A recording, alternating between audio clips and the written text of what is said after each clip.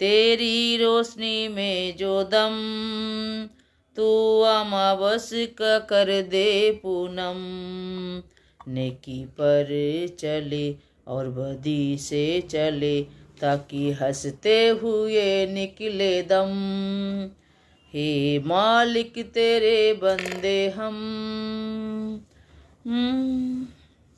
दोस्तों, आज हम डिस्कस करेंगे आत्मा के जो 7 गुण है। हम आत्मानंद है, परमानंद है। तो आत्मा के स्वाभाविक 7 गुण क्या क्या होती है? ज्ञान, पवित्रता, प्रेम, शांति, सुख, आनंद और शक्ति। ये आत्मा का अपने स्वाभाविक मतलब नेचुरल क्वालिटी है। ज्ञान, देखिए दोस्तों, विज्ञान आज चरम सीमा पर पहुंच चुका है, लेकिन मनुष्य जीवन में सबसे बड़ा अज्ञान अगर है, वह है अहंकार। उसके अहंकार, इंसान के अंदर जो घमंड है, अहंकार है, वही उसके नाश के कारण बनता है। मनुष्य का सबसे पहले आध्यात्मिक ज्ञान की आवश्यक है। किस चीज़ की? आध्यात्मिक ज्ञान की आवश्यक है। किस चीज़ की? मतलब स्वयं का ज्ञान होना चाहिए, परमात्मा का ज्ञान होना चाहिए और सृष्टि के संबंध में ज्ञान होना चाहिए। तो मनुष्य आज विकारों का साम्राज्य स्थापित हो गया है। अब इस विकारों की साम्राज्य को हमको क्या चेंज करके क्या बनवाना है? राम राज्य, प्रभु श्री राम की साम्राज्य बनाना है। तो हर किसी को इसी के लिए कोशिश करना पड़ेगा। अत्याचार और भ्रष्टाचार सर्वत्र फैल गया है। अच्छा, इसलिए मनुष्य को आध्यात्मिक ज्ञान होना बहुत जरूरी है। वास्तव में ज्ञान सारे गुणों और शक्तियों के स्रोत होता है। ज्ञान सबको आध्यात्मिक ज्ञान होना बहुत जरूरी है। वास्तव में ज्ञान सारे गुणों और शक्तियों का स्रोत होते हैं, क्योंकि ज्ञान के द्वारा हमें अपनी बुद्धि को प्रसार कर सकते हैं। ज्ञान अर्थात जानना। ज्ञान मतलब क्या है? जानना। ज्ञान मतलब प्रकाश, ज्ञान मतलब साक्षात अनुभव। तो हमारे आत्मा के अंदर जो 7 गुणों के खान है मौजूद है, उस ज्ञान ना होने के कारण हम भी उसे आनंद को बाहर ढूंढते हैं। लेकिन उस आनंद हमेशा हमेशा के लिए हमारे अंदर है, पहले भी था, है और रहेगा। लेकिन हम क्या करते हैं दोस्तों? हम उस आनंद को बाहर ढूंढ रहे हैं। बाहर कहाँ मिलेगी? आनंद तो हमारे अंदर है और वही है आत्मानंद। श्री राम भी हमारे अंदर ही बैठे हैं, हमारे हृदय में। वो जाननहार, वो सब कुछ हमारे हर एक पल की उनके पास है। हम क्या सोचते हैं? हम कुछ गलती कर दिए तो किसी को नहीं पता लगा, कि कोई भी नहीं देखा, परिवार में किसी ने भी नहीं देखा, लेकिन देखा तो हमारा जाननहार परमात्मा सर्वशक्तिमान भगवान श्री अंदर बैठे हैं। तो उनको हर पल की खबर है। तो हम छुपाकर क्या कर सकते हैं? जिसको हर पल की खबर उनके पास है।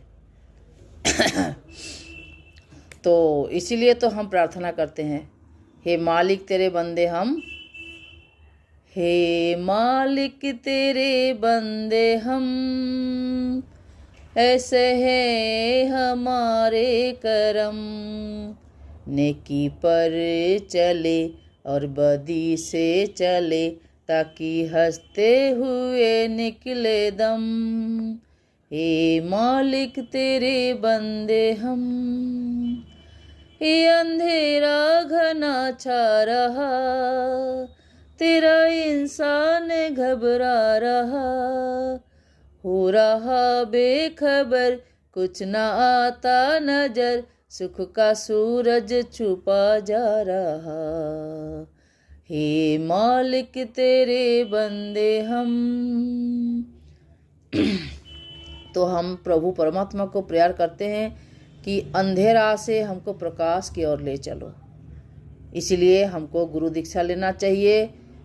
गुरु मंत्र लेने से हम आध्यात्मिक जगत में प्रवेश करते हैं। इस नश्वर नाशवान शरीर, इस नश्वर जगत से गुरु हमको ज्ञान की प्रकाश देते हैं और हम आध्यात्मिक जगत में जो हम चिदानंद स्वरूप है उस स्वरूप के तरफ हम अग्रसर होते हैं।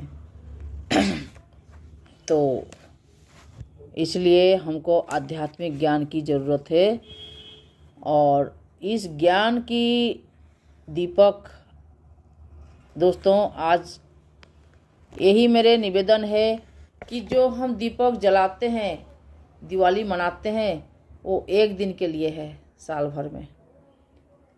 और दीपक में जब तक आप मतलब तेल हो, घी हो, जो भी डालते हैं, तो जब तक वो रहता है तब तक वो जलता है, उसके बाद वो बुझ जाता है। लेकिन ऐसे ज्ञान की दीपक आप अंदर जलाइए जो सदा के लिए है आपके अंदर। उस आत्मा के एक गुण है ज्ञान, और उस ज्ञान की दीपक जलाइए, फिर देखिए चमत्कार। तो इसलिए गुरु दीक्षा लेना भी जरूरी है, और हरे कृष्ण महामंत्र नाम की मणि दीपक अपनी जिह्वा में रखकर आप लोग हरे कृष्ण महामंत्र गाइए, जो कली युग में तारक मंत्र है। मंत्रों के राजा तारक मंत्र है। कलयुग में हर अंदर राम कृष्ण राधा बैठे हैं, हर किसी के अंदर आत्मा। तो मूर्ति में साक्षात प्राण आ गया है, तो हमारे अंदर तो प्राण पहले से ही है, तो हम क्यों नहीं जागृत कर रहे हैं? हमारे अंदर पहले से ही दीपक है। हम सर्वशक्तिमान ईश्वर की संतान है, तो हमको भी उसको जागृत करना है। वो शक्तिहीन हो गया है, तेजहीन हो गया है। तो जब दही मथनी में मथने के बाद जब मक्खन आएगा ऊपर, तभी तो भगवान कृष्ण उसको ग्रहण करेंगे, आस्वादन करेंगे। तो आप मंत्र शक्ति के द्वारा अपने मंथन शुरू कर दीजिए, तो आपके अंदर ही देवता है, आपके अंदर ही राक्षस है। तो आप राक्षसों के अधीन हो गए, 5 विकारों के अधीन हो गए हैं। काम, क्रोध, लोभ, मोह, अहंकार, जो 5 विकार है, उसके अधीन हम उनके गुलामी कर रहे हैं।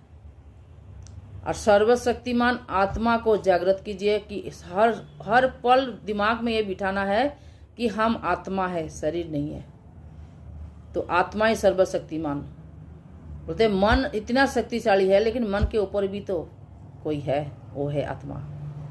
तो आत्मा ही कंट्रोल कर सकते हैं मन को भी। तो हरे कृष्ण महामंत्र, इसके सारे दिव्य शक्तियाँ स्वयं बैठ गए हरे कृष्ण इस नाम महामंत्र में। तो जाप कीजिए। जय श्री राधे कृष्णा, जय श्री कृष्णा, जय श्री कृष्णा। हरे कृष्णा कृष्ण कृष्ण हरे हरे, हरे राम राम राम हरे हरे।